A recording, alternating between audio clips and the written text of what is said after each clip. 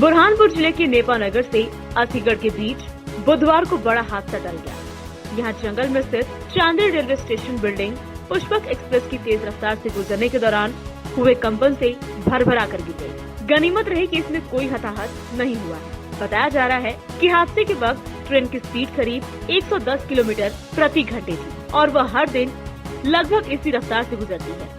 देश में संभवतः ये ऐसी पहली घटना है जिसमें रेलवे स्टेशन की बिल्डिंग ट्रेन गुजरने से गिरी हो। ये बिल्डिंग केवल 14 साल पुरानी है। घटना के बाद पुष्पक एक्सप्रेस 1 घंटे तक खड़ी रही। इसके अलावा अन्य गाड़ियां करीब 30 मिनट तक प्रभावित हुई। पंजाब नेशनल बैंक घोटाले का आरोपी और भगोड़ा हीरा कारोबारी मेहुल चौकसी डोमिनिका में पकड़ा गया है। 62 साल का चौकसी डोमिनिका से क्यूबा भागने की फिराक में था। उस दौरान उसे सीआईडी ने धर दबोचा। सूत्रों के मुताबिक वो एंटीगुआ और बारबुडा से बोट के जरिए डोमिनिका पहुंचा था। चौकसी 3 दिन पहले एंटीगुआ और बारबुडा से लापता हो गया था। इसके बाद इंटरपोल ने उसके खिलाफ येलो नोटिस जारी किया था। बाद में इसी नोटिस को एंटीगुआ सरकार ने भी रिटेन किया। इसके बाद उसकी तलाश तेज कर दी गई। 14,500 करोड़ रुपए के पीएनबी घोटाले का आरोपी चौकसी जनवरी 2018 में विदेश भाग गया था। बाद में पता चला कि वो 2017 में ही एंटीगुआ बारबुडा की नागरिकता ले चुका था। पीएनबी घोटाले की जांच कर रही है केंद्रीय जांच ब्यूरो यानी सीबीआई और प्रवर्तन निदेशालय जैसी एजेंसियां चौकसी के प्रत्यर्पण की कोशिश में जुटी हैं।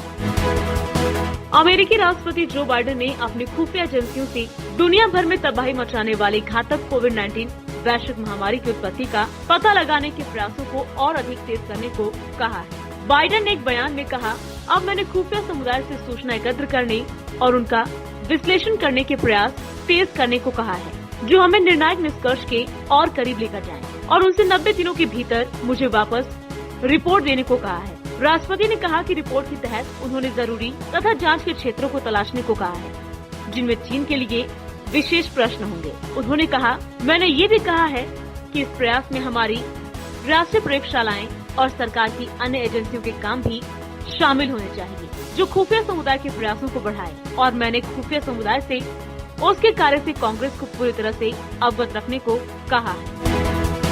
पूर्व मध्य रेल के मुख्य जनसंपर्क अधिकारी राजेश कुमार ने बताया कि चक्रवाती तूफान यास के मद्देनजर यात्रियों की सुरक्षा को लेकर कदम उठाते हुए पहले में भी कई स्पेशल ट्रेनों को रद्द किया गया है। उन्होंने बताया कि बुधवार को भी कई स्पेशल ट्रेनों को अस्थायी तौर पर रद्द कर दिया गया है। पूर्व मध्य रेल द्वारा चक्रवात को लेकर जिन स्पेशल ट्रेनों को बुधवार को रद्द किया गया है, उनमें से कई ट्रेन पूर्व मध्य रेल के विभिन्न स्टेशनों से खुलती थी, तो कई ट्रेन ऐसी हैं जो मध्य रेल से होकर गुजरती है। इन ट्रेनों को अस्थायी तौर पर रद्द किया गया है। बिहार में स्वास्थ्य केंद्रों में अच्छी व्यवस्था को लेकर सरकार दावा कर रही है, लेकिन विपक्ष स्वास्थ्य केंद्रों को लेकर ही सरकार को निशाना साध रही है। राजद सुप्रीमो लालू प्रसाद यादव ने सीधे नीतीश कुमार पर हमला बोला है। उन्होंने कहा कि नीतीश कुमार ने स्वास्थ्य केंद्रों को कबाड़ बना दिया है, उन्हें आईना देखने की जरूरत है। वहीं इस पर पलटवार करते हुए पूर्व मंत्री और जदयू प्रवक्ता नीरज कुमार ने लालू प्रसाद से सीधा सवाल पूछा है कि लालू जी के पैतृक गांव फुलवरिया पहले कितने मरीज जाते थे और अब कितना जाते हैं, मूल्यांकन कर ले। 123 चरवाहा विद्यालय बनवाया लालू ने, नर्सिंग स्कूल क्यों नहीं बनवाया, मेडिकल कॉलेज के बारे में क्यों नहीं सोचा। केंद्रीय मंत्री रविशंकर प्रसाद ने गुरुवार को स्पष्ट किया कि सोशल मीडिया के नए नियम केवल दुरुपयोग रोकने के लिए बनाए गए हैं। इससे यूजर की निजता को किसी प्रकार का खतरा नहीं है। बता दें कि व्हाट्सएप ने इन आईटी नियमों को अदालत में चुनौती दी है। इसके बाद केंद्रीय मंत्री ने बयान जारी किया है। केंद्र सरकार ने सोशल मीडिया कंपनियों की जिम्मेदारी और जवाबदेही तय करने के लिए नए आईटी नियम जारी किए थे, जो 25 मई से प्रभावी हो गए हैं। इसे लेकर फेसबुक के मालिकाना हक वाले मैसेजिंग ऐप व्हाट्सएप ने भारत सरकार के खिलाफ दिल्ली हाई कोर्ट में एक याचिका दायर की है। याचिका में कहा गया है कि नए नियम असंवैधानिक है। ये नियम आईटी नियम निजता के अधिकार का उल्लंघन करते हैं। ऐसे में इन्हें लागू किए जाने से रोका जाना चाहिए। चक्रवाती तूफान यास के पश्चिम बंगाल ओडिशा के तट पर टकराने के कुछ घंटों बाद से ही पटना सहित बिहार के कई जिलों में तेज हवा के साथ बारिश शुरू हो गई है, जो लगातार जारी है।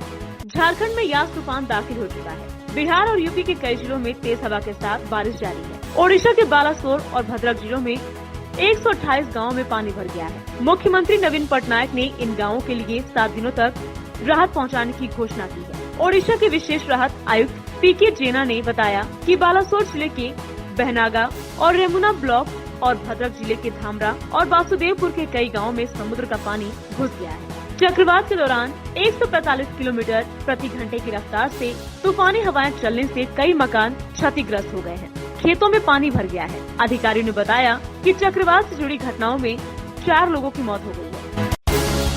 उत्तर प्रदेश के मुख्यमंत्री योगी आदित्यनाथ सिद्धार्थनगर पुलिस लाइन पहुंचे। यहाँ कलेक्ट्रेट स्थित इंटीग्रेटेड कोविड-19 कंट्रोल कमांड सेंटर का निरीक्षण किया। सीएम ने कलेक्ट्रेट में जिले के अधिकारियों और जनप्रतिनिधियों के साथ बैठक कर कोविड प्रबंधन की समीक्षा की। मुख्यमंत्री योगी ने सिद्धार्थनगर जिले के जोगिया गांव के प्राथमिक विद्यालय पहुंचकर निगरानी समिति के लोगों के साथ मुलाकात की। उनको दिशा निर्देश दिए और सामुदायिक स्वास्थ्य केंद्र जोगिया का निरीक्षण किया। ब्लैक फंगस के उपचार के लिए इस्तेमाल होने वाले टीके को लेकर राहत भरी खबर है। अभी तक बाजार में 7,000 रूपए में मिलने वाला टीका अब सिर्फ 1,200 रूपए में मिलेगा। अभी तक भारत में टीके का एक ही कंपनी उत्पादन कर रही थी, लेकिन केंद्रीय मंत्री नितिन गडकरी की कोशिशों के बाद महाराष्ट्र के वर्धा में एक और कंपनी ने टीका किया है और उसकी लागत भी बहुत कम है। सोमवार से इस इंजेक्शन का वितरण शुरू होने जा रहा है। केंद्रीय मंत्री नितिन गडकरी के प्रयासों के बाद वर्धा की जेनेटिक लाइफ साइंस ने ब्लैक फंगस के उपचार में इस्तेमाल होने वाले एम्फोटेरिसिन बी एमल्शन इंजेक्शन तैयार किया है। अब तक इस टीके का भारत में एक ही कंपनी उत्पादन कर रही थी, लेकिन अब एक और कंपनी प्रोडक्शन बढ़ाएगी और जेनेटिक लाइफ साइंस की रोजाना लगभग 20,000 वायल का उत्पादन करने की क्षमता है। महाराष्ट्र में कोरोना का कहर और महाविकास अघाड़ी सरकार के भीतर ही सियासी उथल पुथल के संकेतों के बीच एनसीपी अध्यक्ष शरद पवार और मुख्यमंत्री उद्धव ठाकरे के बीच मुलाकात हुई। महाराष्ट्र सरकार की ओर से प्रमोशन में आरक्षण पर रोक और नानर ऑयल रिफाइनरी के प्रोजेक्ट को ठप करने को लेकर शिवसेना और कांग्रेस के बीच सियासी तलवारें खींची। शिवसेना की अगुवाई वाली सरकार इन 2 फैसलों का कांग्रेस विरोध कर रही है। प्रमोशन में आरक्षण के मुद्दे को लेकर महाराष्ट्र की महाविकास अघाड़ी सरकार में फिर से महाभारत शुरू हो गया है, जो कि थमने का नाम नहीं ले रहा।